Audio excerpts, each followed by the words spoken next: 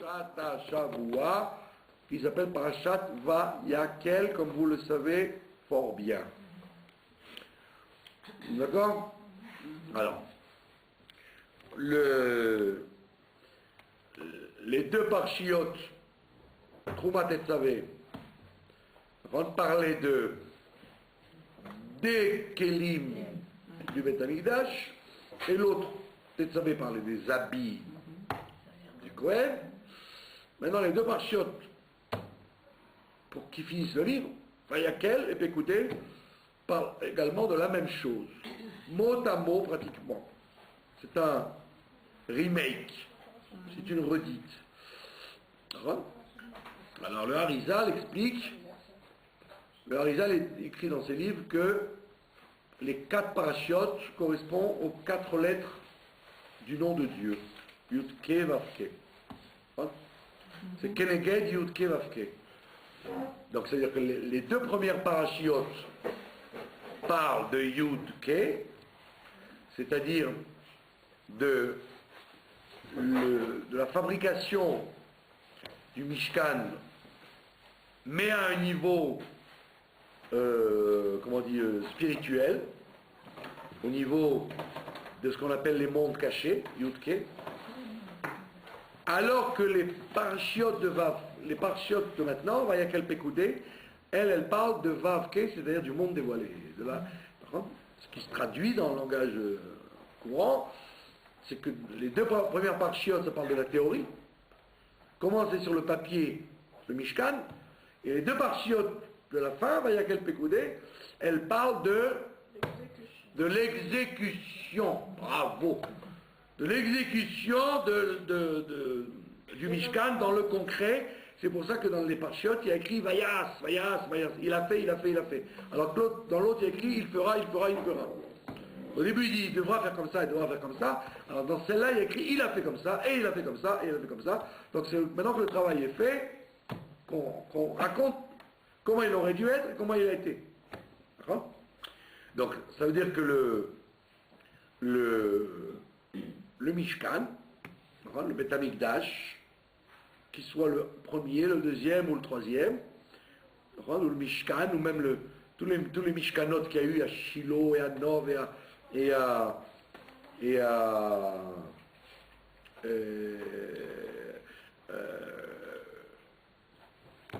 quel était le troisième endroit? Je ne m'en souviens plus, bon, le Méchané. Pardon? Non, ici. Il y avait Nov, Shiloh et il y avait un troisième endroit. Bon, l'homme Méchané, autant pour moi, comme dirait l'autre. Que ce soit après le premier, le deuxième et le troisième, bientôt, aujourd'hui, ce soir, on a à 8h29, c'est bien, ça m'arrangerait bien. D'accord? Tout ce principe du Mishkan, il a ce qu'on appelle une ishtalshelut. Dans toute la Torah, vous voyez que les mitzvot, elles sont dites une fois, on dit voilà, fais ça, et c'est tout. Là, on vous dit, il faudra faire comme ça, après on dit, et il a fait comme ça. On ne voit pas qu'il y a écrit sur les autres mitzvot, Dieu a demandé de faire la mitzvah, et puis après il a écrit, et ils ont fait la mitzvah. On te dit la mitzvah, des fois on te raconte qu'ils n'ont pas obéi à un moment donné, mais la Torah ne se préoccupe pas de l'exécution de la mitzvah. Elle te dit, voilà les mitzvot qu'il y a à faire. Les Kouda. Bon, probablement qu'ils les ont faites, puisqu'on t'a dit, on te les a données. Alors que là, on te prend la peine de t'expliquer qu'est-ce qu'il va falloir faire, et après, te dire, vous savez, eh bien ils l'ont fait, hein. C'est bon. Compte rendu, c'est que c'est bon, ils l'ont fait.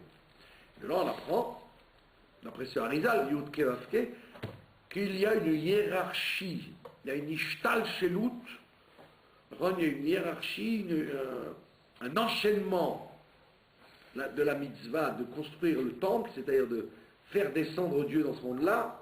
Il y a une ishtalshelut qui va de la théorie à la pratique, qui va de sur le papier à la réalisation concrète. Et on sait très bien que dans toutes les mitzvot, on sait très bien qu'il peut y avoir un facteur empêchant. entre le moment où vous avez reçu l'ordre de la mitzvah et le moment où vous allez la faire, très souvent, vous risquez d'être empêché de la faire. D'accord? Mais plus que jamais, plus que dans toutes les autres mitzvot, la demeure de Dieu dans ce monde-là, c'est elle qui est le plus sujette à empêchement. Plus qu'une autre mitzvah particulière. Parce qu'une mitzvah particulière, comme son nom l'indique, elle va toucher qu'un domaine particulier. Donc les forces du mal ne vont pas trop s'accrocher à ça puisque c'est particulier. Donc je dis, bon, bah, ça laisse plus faire. Allez. Une petite mitzvah parmi 613, allez, c'est bon, laisse-le faire. Mais là, il ne s'agit pas d'une mitzvah particulière. Il s'agit de faire descendre la shrina dans chacun, d'accord? Quelque chose qui se caractérise par le Mishkan et le Beth Amikdash. Donc vous imaginez la difficulté qu'il y a à réaliser ces choses-là. C'est pour ça que la Torah vous dit, elle utilise 4 parachiotes énormes, très longues, pour vous expliquer cette chose-là, pour vous dire, regarde bien, qu'entre la théorie, que Dieu te dit, je veux avoir une demeure dans ce monde-là, tu dis, ah, pas de problème. Une demeure dans ce monde-là, c'est parti, on y va.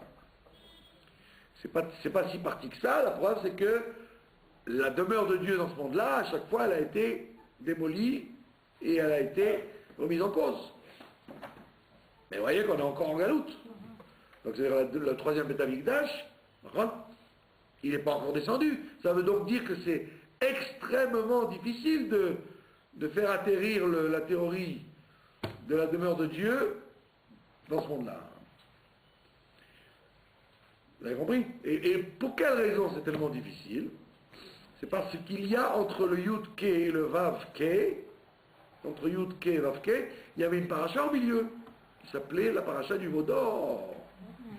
La semaine dernière, Kitissa, qu'on a mise exprès au milieu pour dire que chaque fois que la théorie doit se réaliser, donc Yud-Ke va passer à Vav-Hei, il peut y avoir un énorme obstacle qui l'empêche. Et effectivement, c'est ce qui s'est passé, parce que si vous lisez le Midrash nous raconte que quand ils ont reçu la Torah, la première fois, par contre, ils étaient devenus éternels. Ils avaient eu Chaim Nitzrim. Parce que l'ange de la mort a disparu, le Satan a disparu, le Yetzer Hara a disparu, ils ont réparé Adam Arishon et ils devenaient, comme dit le Rabbi, Chaim Nitzrim, la vie éternelle. Ils étaient libérés de toutes les contingences de ce monde. Vous vous rendez compte cette madriga qu'ils avaient obtenue au moment du matin de Torah. Ils étaient comment on dit,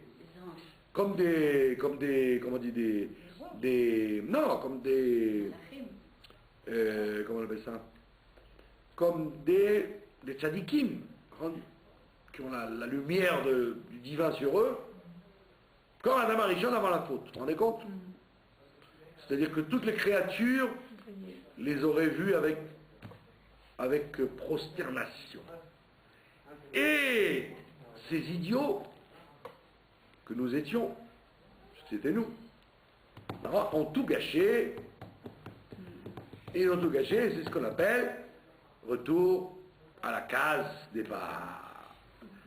Et donc ils ont remis dans le monde l'impureté d'Adam Arishon avec le Vaudor, avec le serpent, et donc on était arrivé au bout de la conquête des épreuves, et puis on a replongé comme des idiots, et tout ça pour un veau. C'est pas qu'ils ont ils ont fait ça pour l'Amérique. Pour un truc fou, quoi. Et donc on voit bien que comment on peut tout démolir quand on arrive au top de la chose. Pourquoi? Parce que il s'agissait d'être chacun un Mishkan, puisqu'il y a écrit dans les commentateurs, il y a des commentateurs qui disent que l'ordre du Mishkan n'est venu qu'après le Vaudor. S'il n'y avait pas eu le Vaudor, il n'y avait pas eu besoin de Mishkan, ils étaient eux-mêmes chacun un Mishkan. Tout le monde était Mishkan. Là, on a été obligé de fabriquer le Mishkan parce qu'on n'était pas capable de l'être maintenant. Donc il fallait un Mishkan extérieur, parallèle à la construction de soi, il fallait construire l'édifice matériel. Mais sinon, ils n'auraient pas eu besoin. Donc on voit bien que ils étaient en passe d'être un Mishkan pour l'éternité et ils ont tout raté, tout gâché. Donc c'est pour ça que la paracha vous dit, attention, il y a un fossé énorme entre la théorie, ce qu'il y a de joli dans la Torah, là, on a écrit ça, c'est formidable. Ah, c'est magnifique la théorie. Et quand vous arrivez tachles dans le concret, il y a une coupure qui empêche la réalisation du Vavke dans ce monde-là, et donc ça nous rend en vérité des menteurs. Parce que sur la théorie on est très fort, mais sur la pratique on n'y croit plus, on ne le fait pas. Et vous voyez que la plupart des êtres humains sont comme ça. La plupart des êtres humains sont comme ça.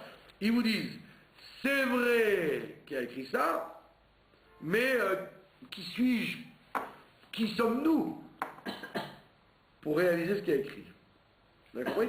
On est tout le temps en train de freiner la capacité de la Torah de vous faire réaliser ce qu'elle demande. On croit toujours que sur le papier c'est vrai, mais dans la pratique c'est très dur. C'est vrai que c'est très dur dans la pratique. Mais pourquoi c'est très dur? C'est parce qu'en réalité on n'est pas tellement sûr, on n'a pas imprégné en nous la vérité du texte. Vous avez compris que la plupart des êtres humains, et de la plupart des juifs et des gens qui étudient la Torah ou qui sont censés la pratiquer, vous pouvez les coincer dans des tas de comportements où ils vont vous dire dans le concret, vous allez voir dans le concret qu'ils n'ont rien à voir avec ce qu'ils apprennent. Et pourquoi? Parce qu'en vérité, quand ils lisent le texte, d'accord, ils sont persuadés que c'est une belle théorie, quoi. C'est joli, c'est bien, c'est une utopie, une très belle utopie, bravo. Le bon Dieu est très très ambitieux, mais tachles, le monde et les gens ne sont pas capables de réaliser ce qui est écrit. Donc nous sommes tous comme ça en fait. Chacun d'entre nous est comme ça. Sinon, si un seul y croyait, eh bien automatiquement, si un était déjà Mishkan, eh bien le Beth Amikdash serait descendu. Donc on a toujours une partie de nous qui a été en retrait de ce que la Torah demande. Même les tzadikim. Pardon? Même les tzadikim. Même les tzadikim. Parce que les tzadikim, ils ont l'obligation, comme dit le Réchit Rochma là-bas, d'arranger le monde entier. Tant que le monde entier n'a pas été arrangé, c'est donc chez eux-mêmes, même chez eux, il y a encore ce problème. En finesse, bien évidemment. Tout est en finesse. D'accord? Parce que le problème de la Torah, c'est pas un problème de dictature. Il pourrait y avoir une dictature. Il aurait pu y avoir une dictature. Pourquoi le rabbi dit toujours Geoula Amitit Veshlema? Geoula Amitit Veshlema. Authentique et complète. Parce qu'on aurait pu avoir déjà la Geoula par les tzadikim, mais elle n'aurait pas été Amitit Veshlema parce qu'elle n'aurait pas été faite par nous. Elle n'aurait été pas réelle, elle aurait été imposée, et donc elle n'aurait pas pu être complète. Ça aurait été une dictature. Bon, vous pouvez, par la dictature, dire, faire un miracle extraordinaire, ou enlever le Yetzirah du monde, travailler artificiellement, j'enlève le Yetzer Hara, il n'y a plus de Yetzer Hara, où j'amène une atmosphère qui oblige les gens à dire oui, et ça y est. Mais c'est pas authentique. Vous avez compris, c'est pas authentique, puisque pour que ce soit authentique, il faut que ça parte des gens. Il faut que ce soit eux qui acceptent de tout leur force. Avec volonté, pas simplement par contrainte. On est mal barré, non? Pardon? On est mal barré. Non, peut-être que pas. Peut-être qu'on n'est pas mal barré, peut-être que chaque seconde ça doit se déclencher. Le problème c'est que... Enfin, c'est pas le problème. C'est qu'il y a deux, comment on dit, deux mouvements. Il y a le mouvement qui doit venir de nous, et le mouvement complémentaire que le Mashiach rajoutera. Oui. Comme il y a écrit dans la Pirkei Avot, c'est pas toi que le travail. On ne te demande pas toi de faire le travail. Donc c'est sûr qu'on ne nous demande pas de faire le travail, heureusement. Comme vous dites, sinon on serait très mal barré si c'est nous qui devions finir le travail. Mais c'est comme si vous voulez l'exemple du tunnel de la Manche, que vous avez deux équipes qui creusent, l'une en face de l'autre, et quand ils vont se rencontrer, il n'y aura plus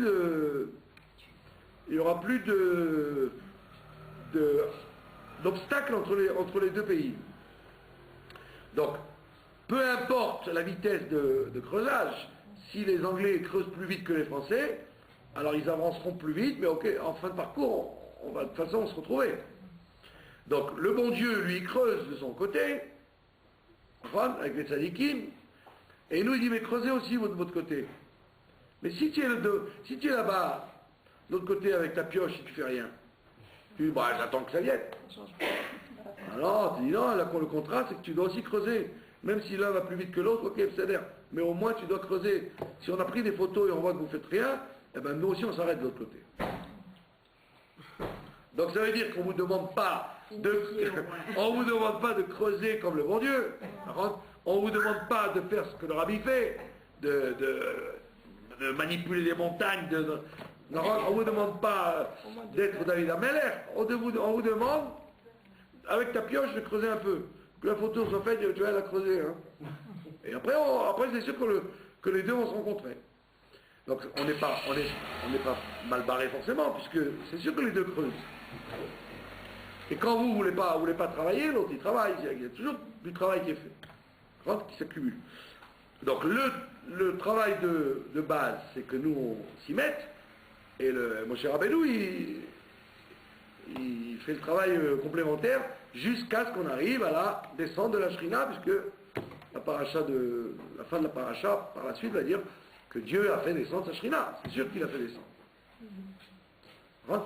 Donc, quand le Rabbi nous a dit que Mashiach va venir, il ne nous a pas dit il y a un caoutchouc par terre.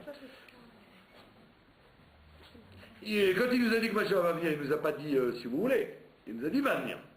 D'accord? Alors, donc ça veut dire faites ce qu'il faut pour qu'il vienne. Maintenant, le temps que ça traîne, c'est notre faute que ça traîne. Mais c'est inéluctable. C'est inéluctable. Vous avez compris? Donc l'histoire de Vayekel Pekoudé, c'est c'est pas une redite. C'est pas une redite. C'est la différence qu'il y a entre la Torah sur le papier et la Torah dans les faits. La Torah dans les faits, quand on dit Vayas, Betzalel, il a fait Betzalel avec Oliav, il a fait, c'est que effectivement le Mishkan a été présent, pas simplement sur les manuscrits d'architecture des plans de Moshe, mais il était dans le concret. C'est pour ça qu'il faut être conscient que c'est normal qu'un programme aussi gigantesque, qu'il n'ait pas été facile à réaliser. Surtout dans notre génération à nous, où il y a eu, Baruch Hashem, tous les obstacles possibles pour empêcher la venue de Mashiach. les bugs que vous voudriez imaginer, on les a eus. C'est obligé. Pourquoi? Parce que comme toutes les forces du bien attendent de pouvoir être à la fête, donc toutes les forces du mal, elles disent oh, on va quand même pas se laisser faire. Donc toutes les forces du mal se sont mises au travail, au Hachem, au niveau individuel, au niveau collectif, à tous les niveaux, pour que les choses ne se passent pas comme il faut.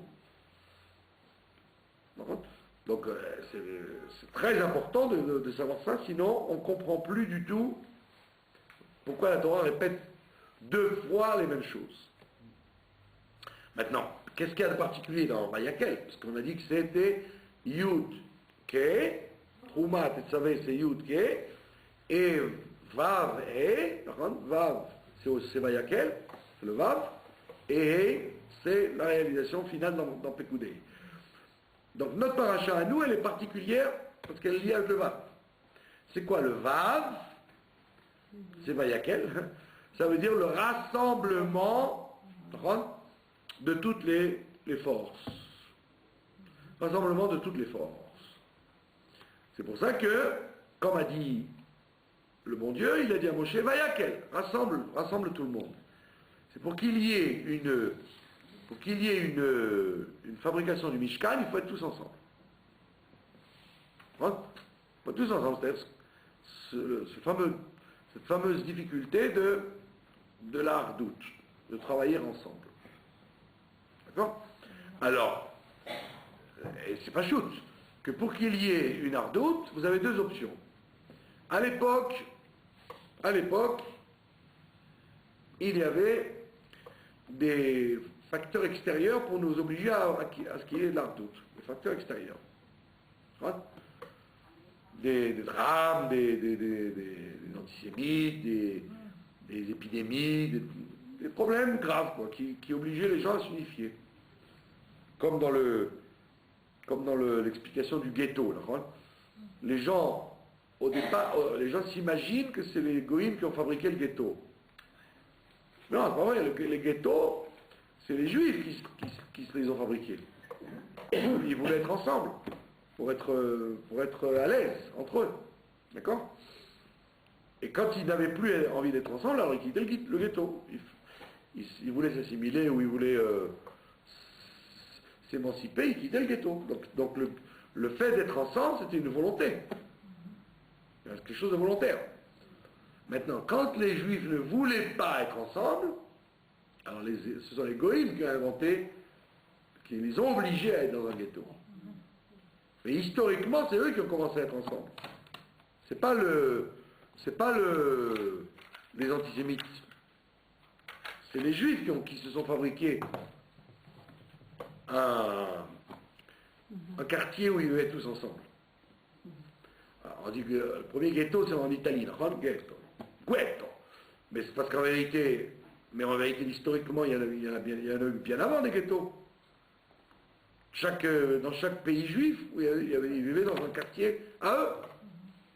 Donc on voit bien que ce n'était pas du tout un phénomène d'antisémitisme, c'est un phénomène voulu. Maintenant, quand on n'a plus envie d'être ensemble, alors c'est les goïms qui nous ont dit alors non, sortez pas, vous restez ensemble. Vous êtes obligés d'être ensemble. Donc on voit bien que le principe de Vayakel, il est une étape indispensable.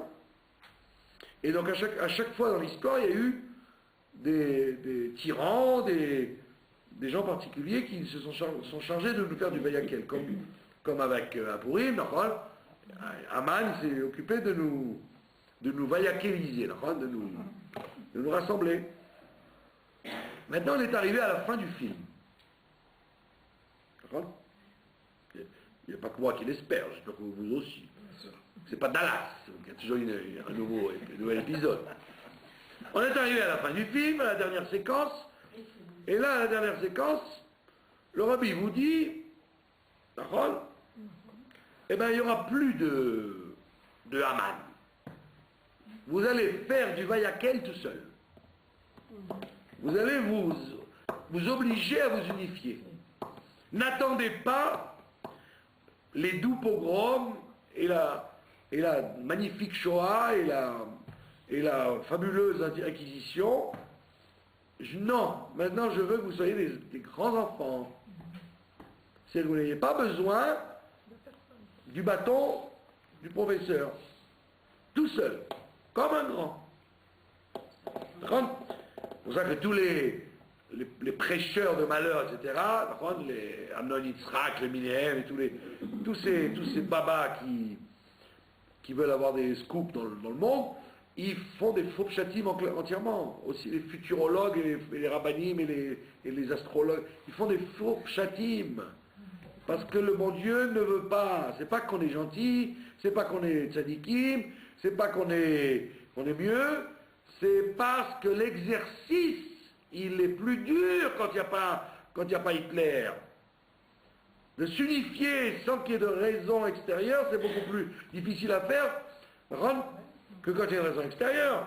À Jérusalem, à la destruction du premier temple, c'est Nabuchodonosor qui a fait le siège. Donc ils ne pouvaient pas sortir pas parce qu'ils voulaient être ensemble, c'est parce qu'on ne pouvait pas sortir. C'était par force. Mais là on te dit non, il n'y a pas de par force. D'accord. Donc ce matin, le fils de Menachem Begin, là, comme il s'appelle, Benny Begin, qui est aussi intelligent que son père, bon Hachem, qui dit des âneries comme tous les hommes politiques, il a dit, puisqu'il est ministre mais il fait rien le pauvre, et il est ministre de quoi? Des tremblements de terre. Ouais, comme il fait rien, il est honnête, il prend le bus et tout, parce qu'il dit, je n'ai pas le droit d'avoir... Il fait rien, c'est un ministre sans dossier. C'est un portefeuille. Sans portefeuille. Sans blottique. Donc, comme il est blotti, comme il n'y a pas de portefeuille, alors ils l'ont jeté dans un truc de tremblement de terre. Et qu'est-ce qu'il dit dans son intervention? C'est sûr qu'il y aura un tremblement de terre, parce qu'on est sur la ligne séismique. Vous voyez? Mais il a dit, c'est sûr qu'il va y en avoir un. Ça peut être dans 300 ans, ou dans 5 minutes, donc ça veut dire que lui, qui n'a aucune foi, il a même pas au moins ce que son père avait, qui avait un peu de foi. Il a fait toutes les bêtises de la terre, mais son père, le pauvre, que Dieu repose son âme, le plus mauvais Premier ministre d'Israël, le plus nuisible, contrairement à ce que les gens disent, Begin, c'était le meilleur, c'est le plus négatif, c'est toutes les horreurs, c'est lui qui les a faites. Et donc son fils, Naron, n'a pris aucun enseignement de ça, et il répète une chose, pas chouette pour lui, que comme en Nouvelle-Zélande, il y a eu un tremblement de terre, eh ben ici aussi on est sur la ligne. Mais en vérité, ça n'a pas de sens, parce que le bon Dieu ne s'intéresse pas à nous faire du mal pour nous faire tchouva. Il veut qu'on fasse tchouva de nous-mêmes. Donc n'espérez pas, et tous les futurologues, et tous les Ramnon Yitzhak, et tous les gens qui annoncent des catastrophes, ils n'ont pas tort, c'est pas qu'ils ont tort parce qu'on est gentil, ils ont tort parce que ce n'est pas le programme. Le programme est un programme beaucoup plus difficile d'arriver à s'unifier sans facteur extérieur. Ça veut dire quoi s'unifier? D'être capable de pouvoir travailler ensemble, de se tolérer, etc., sans avoir besoin de Nabuchodonosor pour nous obliger. La teva, quoi, la teva du juif, de ce que dit mon cher Rabbeinu Vayakel. Il a réussi à rassembler les juifs. Accepter l'autre. Vayakel, c'est lui qui les a rassemblés. Mais ils auraient pu dire non, on ne se rassemble pas. Donc ils ont accepté. Donc il a réussi à les rassembler. Donc c'est le travail du Mashiach aujourd'hui, c'est ça le travail du Mashiach. C'est de nous obliger à Vayakel malgré nous. Et sans qu'il y ait une catastrophe. Donc il y a des petits événements qui font que c'est un enjeu extrêmement intéressant. Parce qu'en fait, c'est là qu'on voit la véritable décision du libre arbitre. Quand c'est Nabuchodonosor ou Haman qui vous oblige, d'accord? Alors, c'est pas vous, c'est venu quelque chose qui a cassé votre libre arbitre. Mais quand vous ne cassez pas le libre arbitre, quand vous faites les choses sans avoir une cause par force ou par plaisir, mais que c'est la chose elle-même que vous faites, alors ça s'appelle le libre arbitre. Et donc vous êtes vraiment balabaït, vous êtes vraiment le maître de la situation. Vous avez compris? Et c'est pour ça que les bouleversements qu'il y a partout, c'est justement pour nous apprendre ça. Et donc, en réalité, tout ce qui se passe est très, très encourageant, puisque, comme a dit quelqu'un d'intelligent, que quand Ishmaël se fait du mal à lui-même, c'est qu'il laisse la place à Yitzhak maintenant. C'est Yitzhak qui remplace Ishmaël. C'est très, très, très intéressant. D'avoir la chute des différents chefs d'Ishmaël, ça veut dire que c'est Yitzhak qui le remplace. Il ne faut pas comme les idiots politiciens qui disent c'est très bien, ça va amener la démocratie. On n'a jamais vu que dans un pays arabe ou un pays noir, il puisse y avoir une démocratie, ça n'existe pas. Non, toute leur raison d'être, c'est justement ce sont des esclaves, des mentalités d'esclaves, donc ils ont besoin d'un dictateur. Mais le fait que Dieu s'attaque à ces dictateurs, pas pour emmener quelque chose de mieux, il ne faut pas s'attendre à ce qu'il soit mieux. Ce sera une dictature de l'armée ou comme c'était en Iran, ça ne change rien, c'est pas ça le Nekuda. Le Nekuda, c'est qu'on casse les royautés des différents princes d'Ishmaël pour montrer que le prince d'Ishmaël est en train de tomber. Et donc c'est Yitzhak qui lui passe devant. Non, parce qu'il y a écrit là-bas. Rachid le dit. Rachid le dit clair. Quand les princes d'Ishmaël tomberont, là, Yitzhak sera devant lui, comme il a été au moment de l'enterrement d'Abraham. Il a accepté que Yitzhak soit devant lui à l'enterrement d'Abraham. Et Rachid dit c'est un préambule de l'avenir, où un jour les princes d'Ishmaël vont tomber et ils vont dire à Yitzhak, c'est toi le vrai descendant d'Abraham, le vrai successeur d'Abraham. Donc il faut se réjouir de tout cette pagaille qu'il y a. Nous, nos problèmes à nous, ils sont ridicules à côté des drames qu'il y a dans tous ces pays aujourd'hui. C'est pas Hachem. Surtout, il ne faut pas se lamenter pour eux. La Nouvelle-Zélande, c'est des antisémites, ils sont très méchants avec les juifs. Et tous les autres pays, les pauvres Libyens, c'est dommage qu'il n'y en ait que 600 qui sont morts. Hein. C'est tous des gens qui haïssent l'humanité. Il ne faut pas croire. Donc, mais Kitsour, le Vayakel, le fait de comment Dieu nous rassemble, c'est des péoulotes. Des péoulotes, des actions éparses qu'on a du mal à comprendre, ça aurait été pour nous rassembler, pour nous unifier. Et donc c'est très bien. Et donc après, automatiquement, il n'y a plus qu'à faire descendre la Shrina, et donc le Beth Amikdash. Le Beth Amikdash, troisième, ça n'est qu'une concrétisation, une consécration de tout ça. Quoi.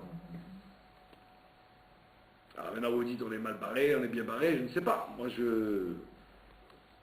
je pense que si le rabbi nous a dit ça, c'est pas pour nous leurrer, c'est pour nous prévenir que ça doit se passer de toute façon.